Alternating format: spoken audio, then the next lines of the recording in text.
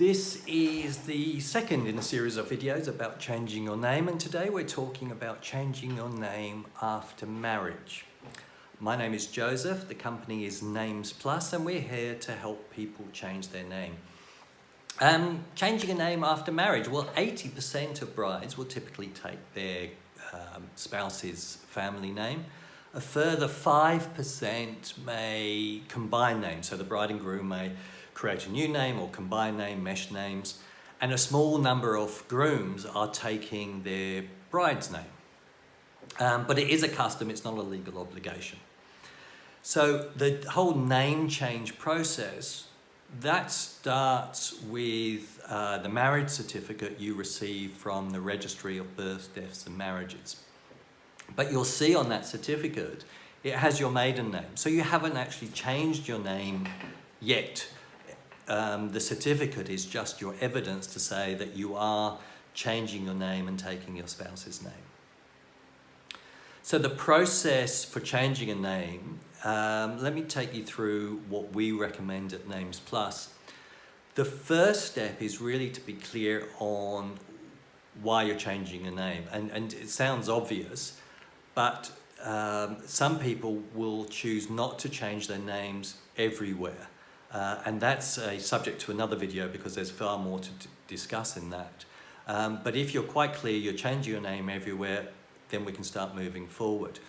The next step is to develop a plan or a checklist. So you list all the organisations that you need to notify. So whether it's government bodies, or banks, insurance companies, superannuation, blah, blah, blah. Now you have your list.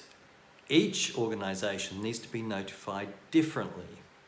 So there may be an online process, which is fine. You may need to physically attend. Okay, that's slightly different. Or you may just have to download forms, complete the forms and post them. So what we do at Names Plus, once we get the list of all the companies, we do all the research to notify you how to update your records with those particular organisations and what evidence they require. Now, when we're talking about evidence, obviously it's the marriage certificate, but is it the original certificate? Is it a certified copy? Or is it just a photocopy? It depends on the organisation. And to give you just an example, say the tax office, it's usually easier to notify the tax office of changing your name by logging on to MyGov. If you've got the tax office as a linked service, then it's quite easy to follow the prompts to change your name and upload some evidence. Now, they don't need certified copies. They'll take your documents and they'll verify those documents separately. Now, if you do a driver's license, for example, really you have to physically attend a driving license centre. You take your current license, evidence of your new name, and they'll give you a new card. Banks, likewise, they want you to physically attend and you will have to sign with your new name. So that really just gives you a very brief overview of the different variables on changing your name, and each company is different. Now, before you can really dive into that whole name change process, you have to get yourself organised. And that's really getting the marriage certificate and getting certified copies of the marriage certificate. And you can do that at the post office. They charge a few dollars per copy. JP or there's other people who are authorised to certify a document.